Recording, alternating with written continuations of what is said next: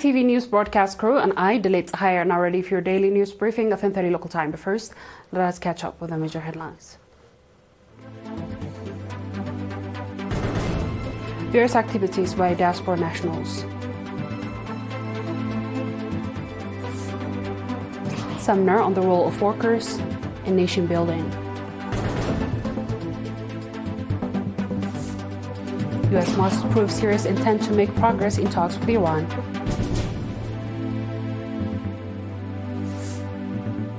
And Chile issues tsunami warning after an earthquake.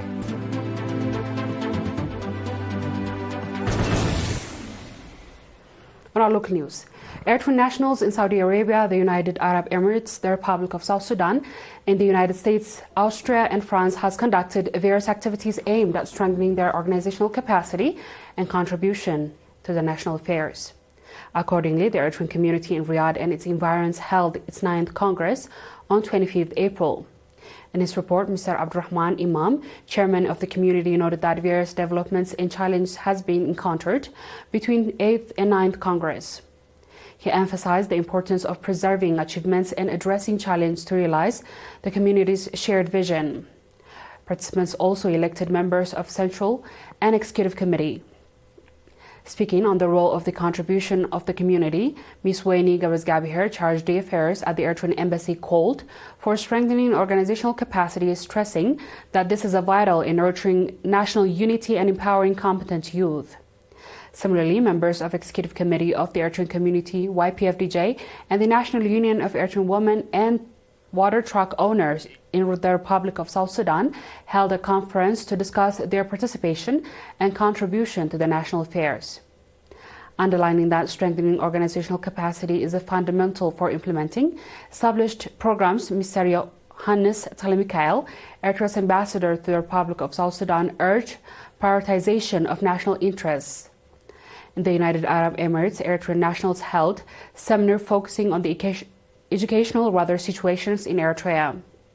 Mr. Mohammed Mahmoud, Eritrea's Consul General, elaborated on the government's substantial investments and educational sectors and called on the nationals in Dubai and Northern Emirates to support the Asab boarding school project. The National Committee of Eritreans in the Central and Western United States also held its annual conference on 25th April in Indianapolis. Participants held in-depth discussion on the public diplomacy efforts undertaken to reflect the true image of their country and designed the new program for 2025. Ms. Hadanet Galata, head of the Public Community Affairs at the Eritrean Embassy, conducted a seminar focusing on the part of the political engagement in the national affairs. Ms. Ruth Morales, representing the mayor of Indianapolis, praised the discipline and organization of Eritrean community and encouraged further strengthening. At the event, the Adel School, North Carolina, managed by Eritrean community, was recognized for its role in nurturing children who maintain strong ties to their identity and culture.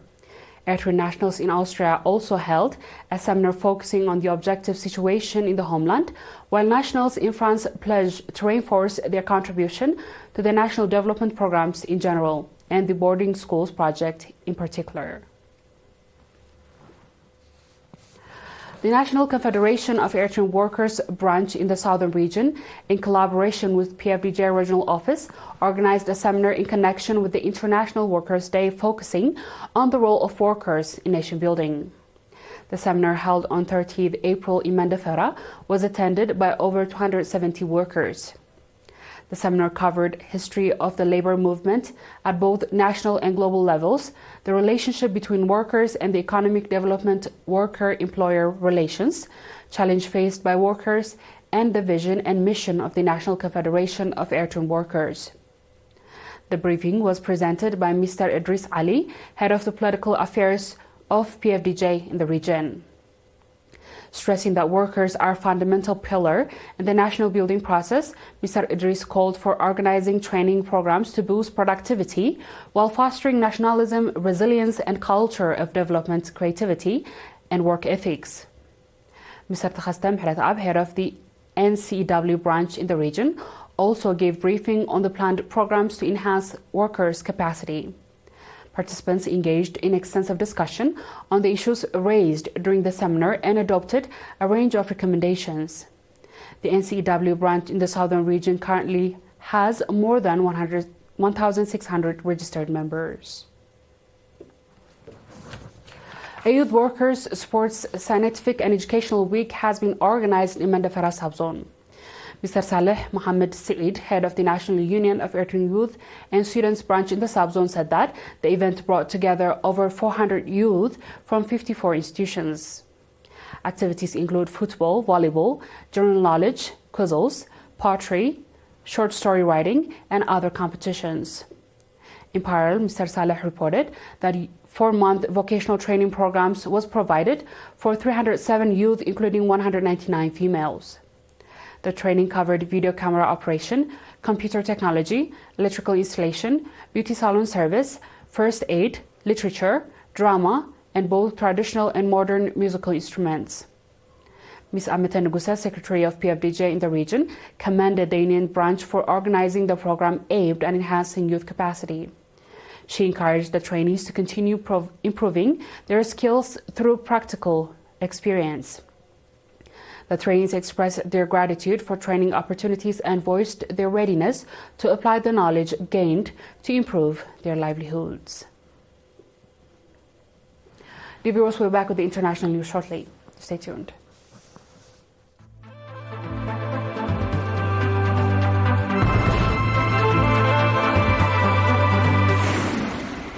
Welcome back.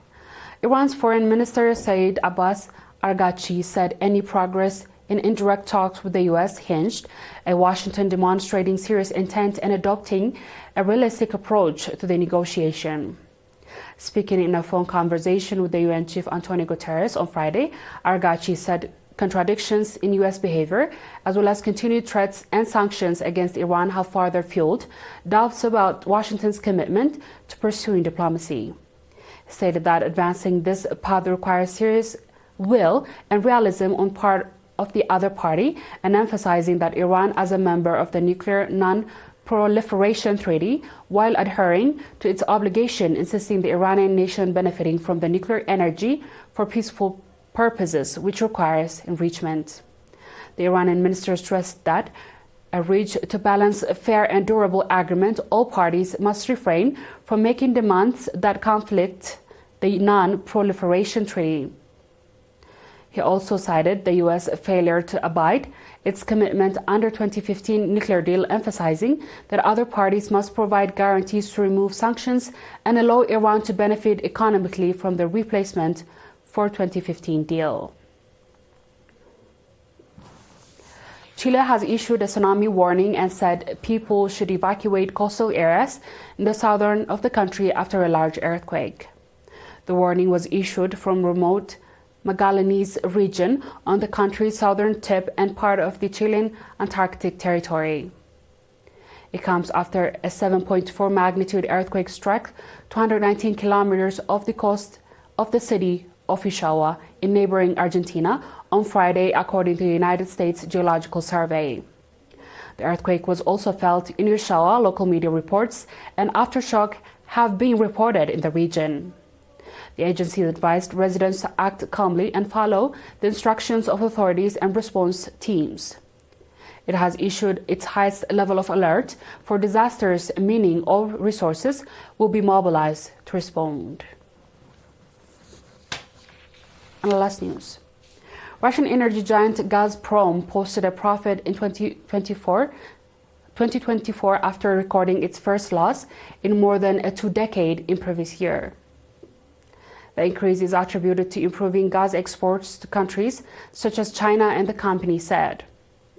Gazprom, once the main gas supplier to the EU, dramatically reduced its export to the region 3 years ago following Ukraine-related sanctions imposed by the West and the sabotage of the Nord Stream pipelines.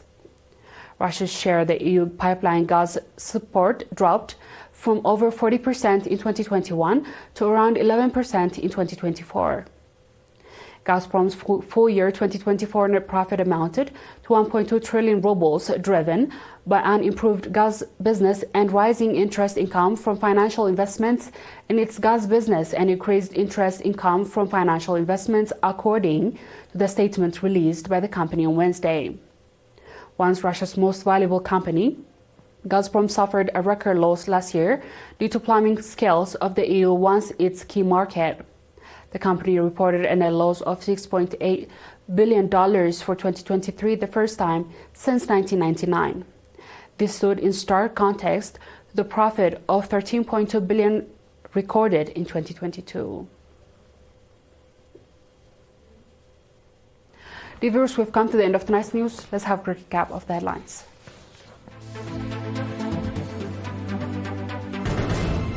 Various activities by diaspora nationals. Seminar on the role of workers in nation building.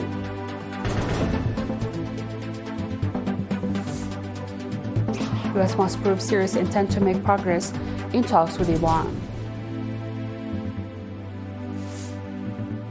And Chile issues tsunami warning after an earthquake.